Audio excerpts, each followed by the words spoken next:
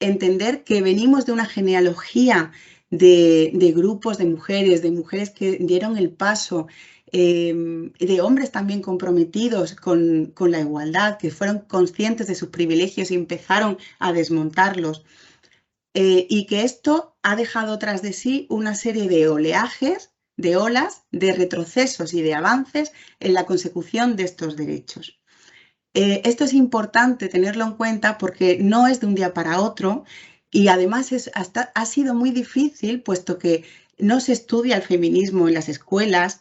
A día de hoy ya se están dando un poco más de avance en este sentido en los currículums, pero no ha sido algo conocido a nivel universal por la población. Entonces, imaginaos, para poder dar pasos de avance, hacen falta también referentes. Y esto nos pasa en nuestra vida. Si no hemos visto otro modelo, es difícil avanzar.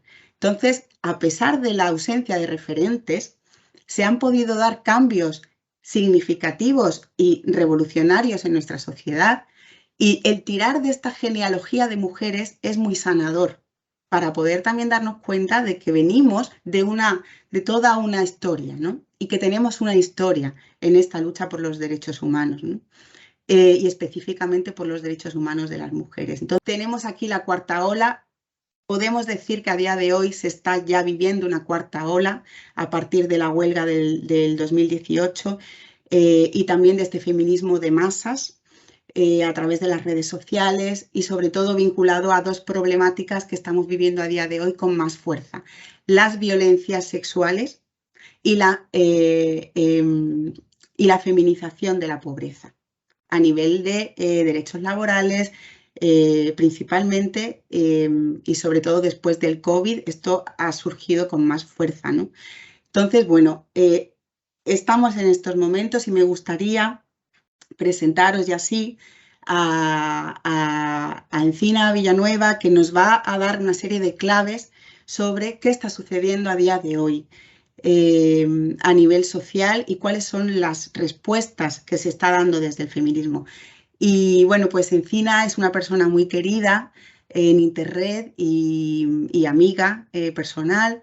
Encina estuvo más de 10 años como responsable de género en la organización y nos dejó una mirada muy propia de entender el feminismo. Ella es licenciada en Historia del Arte y justamente ahora se dedica a visibilizar el feminismo a través del arte y las mujeres artistas, además de trabajar en un espacio de igualdad en Madrid. Y bueno, pues la manera en que Encina aborda el feminismo ha sido, bueno, para mí es una maestra y ha sido un antes y un después en la organización, sobre todo a la hora de abordar el tema de los cuidados. Bueno, nos ha dado otra mirada y nos ha dejado unas bases muy fuertes sobre las que seguir construyendo. Así que le agradezco un montón que esté aquí hoy. Ella está muy implicada en el activismo feminista y creo que va a ser todo un lujo poder escucharla. Te doy la palabra. Gracias, Cris. Estar agradeciendo a Cristina por la confianza y bueno, a Interred por lo mismo, porque después de tantos años allí y ya de tantos años fuera, pues todavía tenemos oportunidades de encontrarnos y creo que, bueno, para mí desde luego siempre será estar en casa y eso me hace, bueno, pues que sea especialmente agradable, que creo que nos entendemos muy bien. Y que pese a que yo haya hecho un giro bastante grande porque decidí dedicarme al arte como central y no como algo periférico, ¿no? Sino coger mi carrera en la que, bueno, pues no había encontrado ninguna mujer artista y hay un momento que digo, ¿cómo puede ser? ¿Cómo puede ser que yo estudie historia del arte y no me hablen de las artistas y además no me dé cuenta, ¿no? Y al cabo de un tiempo pues empecé a investigar y ese entrar en la mirada feminista sobre el arte se fue haciendo tan grande, pues que ya no me cabía en mi puesto de trabajo de Internet y tuve que salir y digamos que empezar un camino propio, ¿no? Que es en el que me encuentro ahora. Bueno, lo que me pidió Cristina es pues que hablara unos 15-20 minutitos sobre feminismo y sobre algunas de las claves que para mí eran importantes. Entonces, bueno, pues he preparado sobre todo como un elemento conceptual que para mí, que ya ha salido muchas veces y que ahora profundizaré un poquito en él, que para mí ha sido la gran transformación y una experiencia concreta en la que yo he podido entenderlo, desarrollarlo y bueno, pues hacer feminismo desde un lugar que me ha gustado y por eso creo que os lo traigo un poco porque dentro de otras muchas experiencias me parece que es más interesante. Yo debería de empezar diciendo que a mí el feminismo me cambió la vida en el sentido de que, bueno, le puso nombre a mucho de lo que me sucedía, ¿no? De lo que me sucedía con mi cuerpo, con la no aceptación de mi cuerpo. Muchos años después sigo teniendo problemas con eso. Con el modo de relacionarme, con la idea de la pareja, con la idea de la maternidad. La dificultad en mi caso, por ejemplo, de no tener un deseo de maternidad, pero una presión enorme para ser madre, ¿no? Me ha permitido, ¿no? Pues poner nombre y decir, hay otras también que les pasa, ¿no? Hay posibilidad de no hacerlo. Me puedo permitir la libertad, ¿no? O cuestiones como una inseguridad enorme desde pequeña, ¿no? De sentirme poco capaz, de sentir que no tenía, que mi opinión no importaba, ¿no? O inseguridades también por la calle. Bueno, lo que quiero decir que son ejemplos, podríamos estar a miles de ejemplos de en qué tipo de cosas la teoría feminista generada a partir de la experiencia de las mujeres, pasada a la palabra, al pensamiento, me ha ayudado a ponerle palabra a lo que me pasa en la vida, ¿no? Y creo que el feminismo en ese sentido me salvó, me ayudó y además me dio compañeras de camino, tanto para pensar en estas cosas que me sucedían y por qué, cuáles eran los motivos, como para actuar, como para pensar maneras, que es un poco hacia donde quiero también hacer la reflexión en el día de hoy, pero como también, al igual que decía un poco antes Chris, ¿no? Hay muchas cosas que son incómodas o que son desagradables de cómo la sociedad nos configura como hombres y mujeres, pero yo he encontrado elementos también de mucho placer y disfrute, como ese reconocerse en una genealogía de mujeres, en este caso además de mujeres artistas, ¿no? En ese encontrarme especialmente a gusto en los ámbitos donde protagonizamos las mujeres, donde se producen de una manera bastante natural, pues un marco de cuidados que también me gusta, que también me siento bien en él. Es decir, que hay muchos elementos, no todo lo que me trae el feminismo es una reflexión sobre la injusticia o la desigualdad, sino también una manera de reconciliarme con el hecho de ser mujer y con todas las cosas que eso, sea por socialización, sea por X, me ha traído también de bueno, ¿no? El concepto que os traigo, y voy a compartir pantalla para que lo veáis, que además ha salido ya mucho porque he visto que lo tenéis en la sesión anterior y he visto que lo tenéis también en la sesión de género, que decir que sale continuamente, es lo personal es político, pero me apetecía hacer una referencia a este feminismo de la tercera ola. A mí me gusta también llamarlo de la segunda ola, que es un poco como se ubica más en el ámbito latinoamericano, que es el momento en los años 60, el movimiento de liberación de los derechos civiles, de los derechos de muchas personas que, bueno, pues a esos 20 años de la Segunda Guerra Mundial, pues se produce toda una explosión, ¿no? Yo muchas veces pienso que casi todo de lo que ahora incluso pensamos que estamos descubriendo ya fue dicho, ya fue pensado en los años 60-70, ¿no? Fue un momento yo creo que precioso en el despertar de la conciencia, del pensamiento y del movimiento y de los movimientos sociales, ¿no? De la sociedad concebida y considerada como tal, como movimiento, ¿no? Bueno, pues en el feminismo también. Entonces, en el feminismo se produjeron dentro de ese feminismo radical al que aludía Cristina, los grupos de autoconciencia, ¿no? Esos grupos de autoconciencia son estas imágenes que veis aquí, en la que las mujeres se juntaban a hablar, se juntaban a contarse lo que les sucedía, ¿no? Bueno, y pasaban horas y hablaban, pues a mí me pasa esto con mi pareja, o a mí me pasa esto con mi madre, o esto conmigo misma, o con mi cuerpo, o en el trabajo, ¿no? Y empezaban a compartir pues eso, todas esas situaciones, ¿no? Se generaban grupos en la universidad, en casas, en negocios, en muchos lugares, ¿no? Y estos grupos empiezan a ser criticados, porque mucha gente dice, eso es terapia. Eso es encontrarse para sentirse bien. Eso es, bueno, como una especie de autorreferencia a una misma que no lleva a ningún lugar, ¿no? Lo político son actos de este tipo. Lo político, que son cosas que también estaban sucediendo en ese momento. Mirar, año 68. Esta es una de las primeras acciones que es una acción mítica del feminismo porque supuso, bueno, pues una de las primeras ocupaciones, digamos, del espacio público para denunciar una desigualdad de género. En este caso creo que es bastante evidente, ¿no? Un concurso de Miss América en el que estas mujeres salen, hacen una serie de pancartas y protestan, ¿no? Pues llamando un poco a la atención sobre lo que estaba sucediendo, sobre la belleza de los cuerpos de las mujeres y la cosificación a la que estos concursos llevan, ¿no? Los cuerpos de las mujeres. Y hicieron una acción como más performativa, que es bastante interesante y que pasó a la posteridad, ¿no? Que fue la de tirar en un cubo de basura elementos que vinculaban con esa feminidad que les contenía, ¿no? En este caso, bueno, todo tipo de elementos, pero el más famoso fue el sujetador, ¿no? De hecho, se habla de la quema de sujetadores, aunque aquí nunca se quemaron los sujetadores, pero hubo así como una especie de leyenda de que se produjo una quema de sujetadores. Bueno, la cuestión es que se producía un poco como el contraste entre estas dos cuestiones y, bueno, y muchas otras, como puede ser todo el trabajo a nivel legislativo, etcétera, que eran los que se consideraban las acciones más políticas, ¿no? Entonces, hay una autora que se llama Carol Hannis, que en un texto que se llamó Lo personal es político, aunque ella no le puso el nombre, del año 68, lo que hace es defender estos grupos y decir, esto es político. Esto es el punto de partida. Aquí es donde las mujeres nos encontramos y nos decimos lo que tenemos en común. Y nos damos cuenta de que las cosas que nos suceden no suceden porque yo sea fulanita y haya tenido mala suerte y haya tenido un marido que no quiere colaborar en la casa, sino que hay elementos estructurales, que es un poco también lo que habéis venido hablando, que me condicionan, ¿no? Si yo soy una mujer lesbiana y no estoy pudiendo encontrar otras mujeres o mostrar públicamente mi lesbianismo porque hay una serie de condicionamientos sociales, no es una culpa mía, no es una mala suerte mía, ¿no? Sino que hay una estructura que lo está permitiendo, ¿no? Que en este caso no está permitiendo otra cosa, ¿no?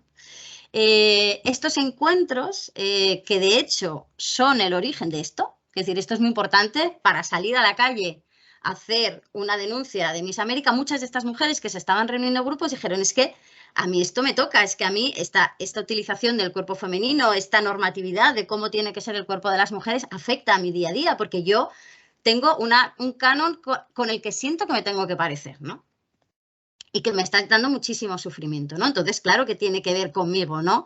Desde esa reflexión con otras, me doy cuenta de que yo necesito hacer esta acción porque es que yo no quiero que esto suceda, ¿no? Yo no quiero que los cuerpos de las mujeres se cosifiquen, ¿no? Entonces, este momento, y voy a esta idea de lo personal que se va convirtiendo en político, y ahora contaré algunos ejemplos más, es como el punto de partida en un inicio del análisis, ¿no? De decir, bueno, pues hablar con otras y ver que lo que me pasa a mí les pasa a otras, primero me quita peso.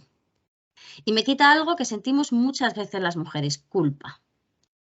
No me han agredido en la calle porque era de noche y estaba en una calle sin luces. Me han agredido en la calle porque una persona ha considerado que tenía el poder para hacer eso sobre mí. Otra cosa es que yo tenga mi parte de responsabilidad, es decir, bueno, pues yo me voy a cuidar porque sé que sucede esto.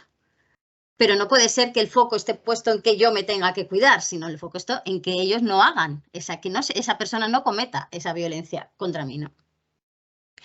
Entonces, bueno, esa primero me sirve, como os decía, esa primera reflexión, ese entender, ese hacer teoría de la suma de las experiencias, que es lo que hace fundamentalmente el feminismo. Hay una frase que a mí me gusta mucho de una profesora que tuve, Ana Mañero, que decía: el feminismo, la teoría es la práctica puesta en palabras, ¿no? Lo que hace en gran medida el feminismo es coger muchas experiencias, destilarlas y sacar conclusiones, ¿no? De experiencias que se repiten, ¿no? Por eso es tan importante estos momentos de ponernos a hablar.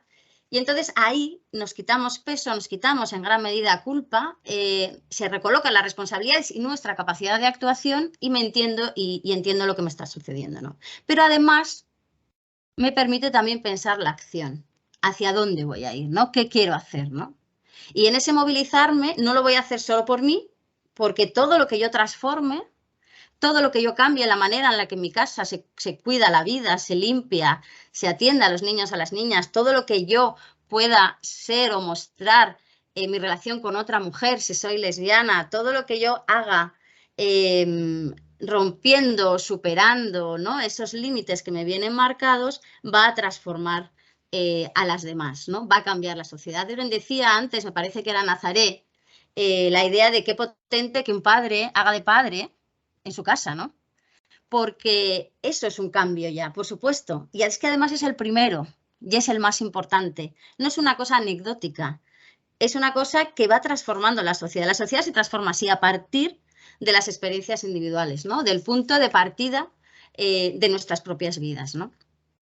Entonces, en la medida en que vamos como actuando, pues transformando nuestra propia vida, permitiendo determinadas cuestiones en nuestro punto, digamos, en nuestra vida más personal, pero vamos adquiriendo una dimensión mayor, mayor es la transformación, mayor es la implicación, como el impacto político de lo que hacemos, ¿no? Os decía antes, por ejemplo, el ejemplo de lesbiana, ¿no? Yo puedo tener una relación con otra mujer en un contexto íntimo.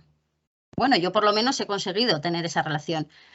Pero si no salgo a la calle y nadie me ve cogida de la mano de otra mujer, si no hay una presencia o no comparto espacios con otras mujeres donde se piensa o donde se escribe o donde se hace un podcast o donde se va difundiendo como llegando a mayores cantidades de gente, la transformación es pequeña. No quiere decir que siempre que tengamos algo en lo que estamos cambiando tengamos que estar, porque cada una tiene que elegir sus activismos y sus visibilidades.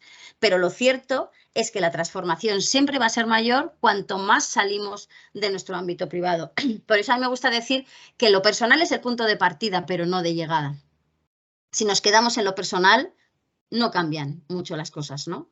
Hay un ejemplo que usábamos mucho en el material de los cuidados, que es el del cuidado de los niños y niñas, ¿no? Hoy en día un problema muy grande que se tienen en las familias, ¿no? Voy a quitar esto porque ahora no lo necesito para lo que estoy hablando, ¿no? Y me acuerdo que en el material de la revolución decíamos, bueno, tú puedes tener un problema con el cuidado de tus hijos e hijas si no tienes con quién tienes un niño, por ejemplo, ¿no? ¿Cómo solucionas si tienes que ir a trabajar y no tienes, y te tienes que ir? Y la criaturita pues tiene que estar en casa o las horas de guardería son más cortas de las que tú puedes estar, ¿no? Hay una solución individual. La solución individual puede ser, si la tienes, pagar una persona, o si la tienes, la abuela o el abuelo. Si se dejan, si quieren, y si están ahí, si están vivos, si están cerca, si viven en tu ciudad. Es decir, hay una solución como que tú puedes arreglar lo tuyo, quizás temporalmente, mientras los abuelos, la abuela quiera o pueda, o mientras puedas pagar a una persona que ya te convierte en ambos casos en una privilegiada porque tienes esa posibilidad, pero puedes también buscar otro tipo de soluciones como de un carácter más comunitario, ¿no? Si tú consigues ya vincular a mamás y papás del vecindario en recoger, en traer a los hijos, en pasar determinados días con ellos, ya se está generando una manera de resolver el problema, que es el problema de todo el mundo, porque todo el mundo tiene el mismo problema, como más comunitaria, como más transformadora, que llega a más gente, ¿no? Si además se consigue hacer una guardería, tener una instalación en el barrio donde niños y niñas que incluso no son de tu grupo de amigos y amigas pueden llegar, ahí digamos que la transformación ha sido mayor. Si además conseguimos un cambio legislativo que facilite horarios, que facilite guarderías en los espacios de trabajo, el impacto ha sido mayor. O sea, para mí lo personal es político, es empezar de que tú no sabes qué hacer con tu criatura a que haya un montón de soluciones que en la medida de lo posible se van haciendo más grandes y van teniendo un impacto mayor. Yo traigo un ejemplo, vuelvo otra vez a que igual os hace gracia, vuelvo otra vez a mi presentación, de lo personal es político, pero que a mí me parece que es muy bueno, que es este. Y dices, ¿qué hace aquí Andie McDowell? Además de estar estupendísima, ¿no? Bueno, pues porque está estupendísima con su pelo blanco, ¿no? Un ejemplo que yo he vivido con mucha, porque yo me he dejado también mi pelo canoso, ¿no? Me parece que este es un ejemplo muy bueno de lo personal es político, ¿no? De cómo elementos de cambios en nuestra vida personal que rompen con lo establecido impactan y permiten a otras y a otros que también en su vida sea más amplia, que permitan romper con lo establecido. Es mucho más fácil que las mujeres se dejen el pelo blanco y que no tengamos que estar con todo el condicionamiento económico, de tiempo, etcétera, de cubrirnos las canas si tenemos referentes. ¿Cuántas de nosotras, y mi experiencia es así, yo he tenido referentes que me han permitido a mí dejar que no me tiñeran las canas y yo he sido referente para otras? Si además yo soy Andie McDowell, pues el impacto es enorme. es importantísimo. Que gente como ella, no quiero decir que todo se resuelva con celebrities, quiero decir que hablo como de todo el rato de lo que es el impacto de los posibles cambios, ¿no? Y evidente el impacto de los posibles cambios de una persona que tiene la visibilidad que tiene una actriz como ella, pues es evidentemente muchísimo mayor que el mío, pero el gesto es el mismo, ¿no? El gesto que hacemos es el mismo. Bueno, pues un poco esta era la parte de que quería como empezar, de cómo lo personal es político y cómo desde mí, pero no quedándome en mí, se pueden cambiar las cosas. Y que yo lo he aprendido del feminismo y que en el feminismo coincide, cuadra, quiero decir, perfectamente, pero que no es, no solo funciona el feminismo. El otro día estuve en una conferencia sobre abusos sexuales a menores en el marco de la Iglesia y bueno, una serie de cuestiones y la reflexión era la misma, la reflexión era muy parecida, ¿no? O sea, nos sirve, lo personal es político, es una reflexión que nos puede servir para muchísimas cuestiones de la vida, ¿no? Os decía que quería contaros un ejemplo que a mí me llevó también, pues esta idea de sentirme como parte de lo que le sucede a otras mujeres y entender, bueno, pues el feminismo desde ahí, una experiencia que he vivido y que todavía estamos en ella, que es una campaña que lanzamos en el año 2021, o sea, el año pasado, que es la de la izquierda, ¿no? Lo que tenéis aquí son dos carteles porque empezamos por una campaña que se llama Mamá está castigada, que ahora os voy a resumir muy brevemente, y terminamos haciendo un encuentro estatal sobre ese tema, también en esa línea como de ir ampliando cada vez más el foco y el ámbito, el impacto. Mamá está castigada es una campaña que nace para apoyar a una mujer de Badajoz que se llama Sara, que aunque la historia es truculenta, larga y compleja, os la voy a resumir muchísimo. Ella tiene 2 hijas, estando embarazada de la segunda, estando en el centro de salud, le lanzan, que sabéis que la violencia de género se puede denunciar en primera persona, pero se puede denunciar también desde otras instancias, desde el centro de salud se denuncia que está viviendo violencia de género. Ella se va de su casa con las dos niñas, bueno, se produce un juicio, se produce una separación. Esa línea de la violencia de género, digamos que no llega a demostrarse, no llega a condenarse a su expareja, pero durante las visitas de las 2 niñas, la niña pequeña, por cierto, sin filiación paterna, la niña pequeña no había sido reconocida por él, se produce la niña, empieza como a decir que está viviendo algún tipo de abuso con el padre, la madre muy asustada deja de llevarlas a las visitas y él la acusa de secuestro. Cuando yo conozco a Sara, hace 2 años que no ve a sus hijas, se las quitaron un día literalmente en la comisaría de Badajoz, está desesperada porque acaba de ser condenada a 4 años por secuestro.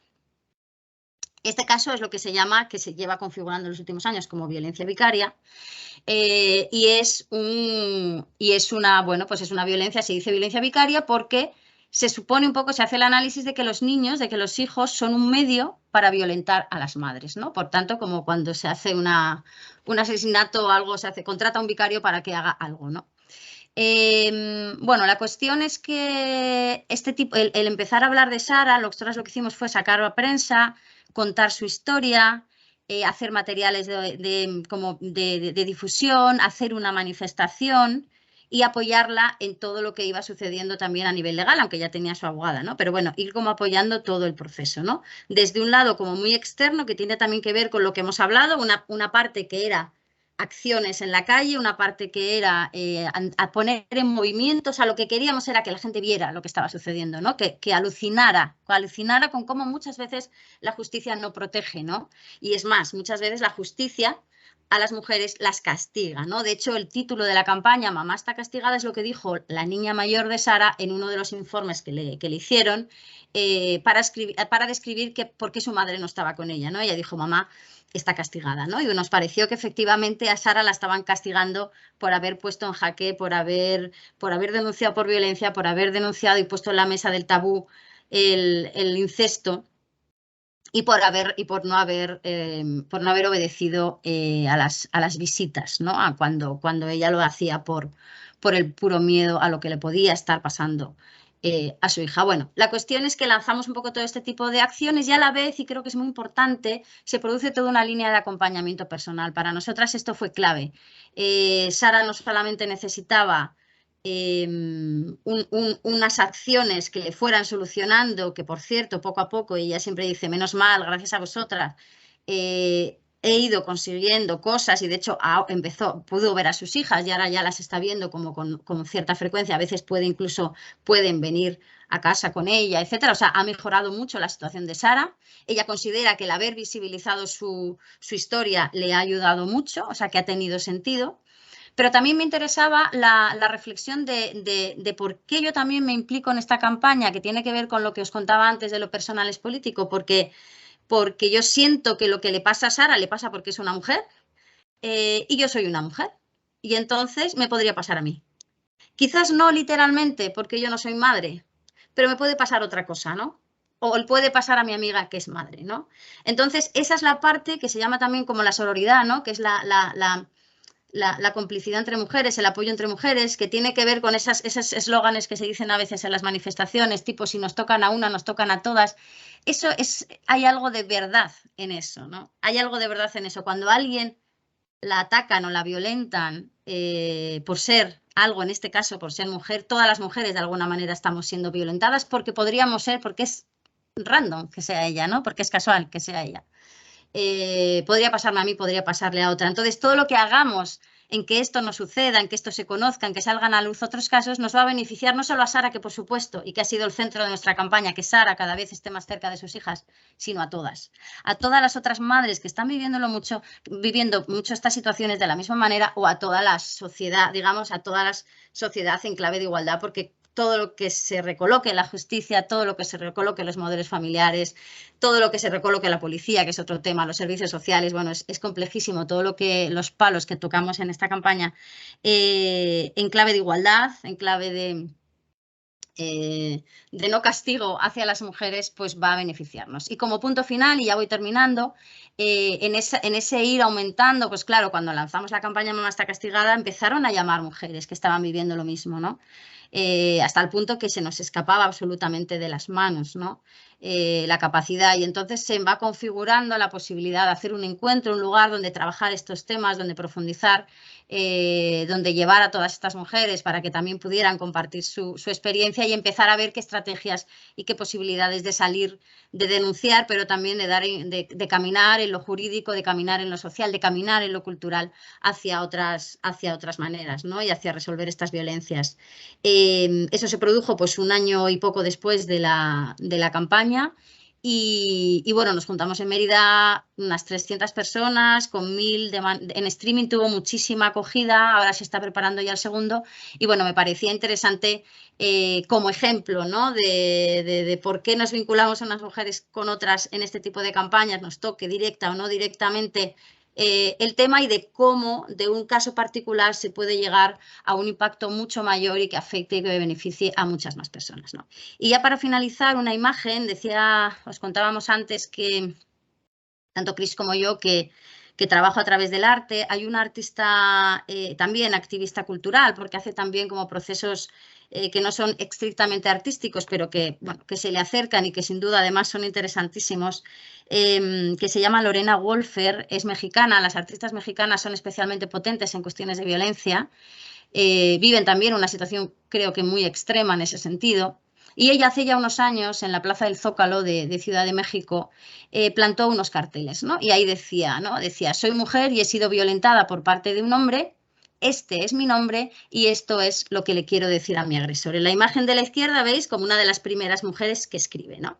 Pero ella no pone un cartel para que escriba una mujer, sino pone un cartel enorme para que muchas lo hagan, ¿no? Entonces, después de 4 horas se llena el cartel, ¿no? Se llena el cartel de testimonios. Y podemos imaginar como tanto la experiencia personal de la que expresa lo suyo, ¿no? De la que pone lo suyo ahí en el centro, ¿no? Dándole importancia, nombrando y además permitiéndose dar casi una respuesta a ese agresor cuando lo hace, pero también podemos imaginar el impacto, la emoción o la foto final que te queda cuando ves el cartel entero, ¿no? Para mí esta pieza en concreto de Lorna Wolfer es como una foto del feminismo, ¿no? Como cerrando un poco el círculo de mi presentación, ¿no? Hay una experiencia personal que es sagrada, que es la primera, que es el punto de partida, pero hay una suma de experiencias que nos están dando la foto estructural, que nos están dando la posibilidad de compartirlo, de curarnos y también de buscar estrategias de transformación que no solamente afecten a una, que no solucionen solo la vida de una, sino la de todas, ¿no? Y ya está. Y esto os puedo decir.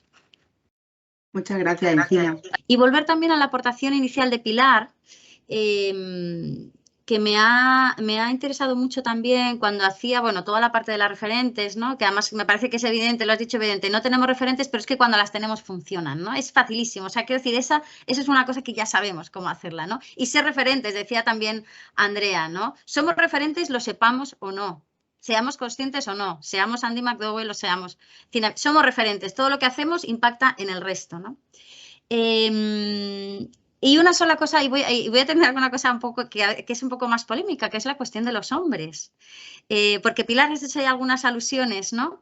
Y muchas veces tenemos, como no es en contra de, ¿no? Por supuesto que no es en contra de, porque de hecho aquí lo que queremos es, estamos de nuevo, ¿cuál es el punto de partida? Una desigualdad que estamos viviendo las mujeres. Pero hacia dónde, y también hay elementos de la desigualdad que les caen a los hombres, ¿no? Aunque como están en un lugar más de privilegio, les ha costado más ser conscientes, ¿no? O os ha costado más a los hombres ser conscientes.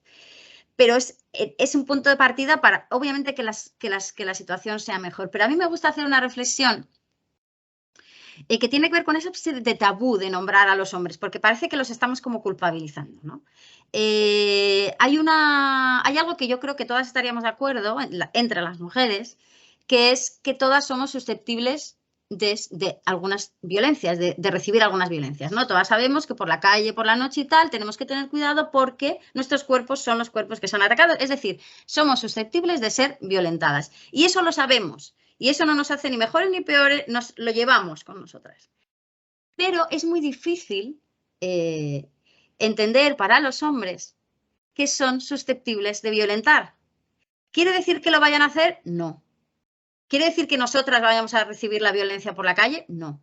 Pero yo sé que estoy en el grupo de las que pueden ser violentadas. Pues si yo sé que estoy en el grupo de los que puede violentar, no quiere decir que vaya a violentar, quiere decir que mi socialización me puede llevar en un momento determinado a esa situación. A mí me encantaría como poder nombrar esto con tranquilidad, y os lo digo que no se nombra habitualmente, de decir, claro, pero ¿por qué? ¿Porque es una alusión a que los hombres se sientan culpables por el hecho de serlo? No, esto es una alusión maravillosa a la responsabilidad de los hombres. No solo a no hacerlo, sino a cuestionar a los otros cuando lo hacen, que es una de las cosas que más funciona. Cuando un hombre cuestiona a otro hombre, tiene mucho más impacto que cuando una mujer lo hace, ¿no? Entonces, el modelo de masculinidad es una responsabilidad de los hombres, ¿no? Me acuerdo hablando una vez con un chico que decía, hombre, que yo le decía, si en tu edificio un hombre mata a una mujer, tu responsabilidad evidentemente no es. Ahora, si tu modelo de masculinidad es un modelo de masculinidad que llevado al extremo termina en violencia, sí, tiene responsabilidad. Es decir, ¿qué modelo de masculinidad estás llevando a cabo y hasta qué punto es un modelo que alguien en una situación más extrema va a terminar ejerciendo violencia sobre una mujer? Es decir, o sea, que hay una responsabilidad que a mí me parece maravillosa. O sea, que a mí me parece que todo lo que nos da esto es, yo no voy de víctima por la vida, porque además tengo responsable también y puedo ser violenta en muchos aspectos, ¿no? En muchos elementos de mi vida. Pero eso a mí lo que me da es responsabilidad, no culpa. Ni culpa, ni pena, ni... Bueno, pues yo creo que con los hombres igual. Y yo creo que a veces hablamos de los hombres, o sea, no hablamos de los hombres porque nos parece que si los nombramos los estamos como culpabilizando en equipo, en conjunto. Y yo creo que no es así. Yo creo que nos estamos responsabilizando como sociedad, pero que hay que analizar cómo nos educan a nosotras y cómo se educan a vosotros para entender cada quien qué es lo que puede hacer y desde dónde. Porque si no, esto es un totum revolutum. Así que, bueno, Encina, un millón de gracias. Nada, gracias a ti y al grupo.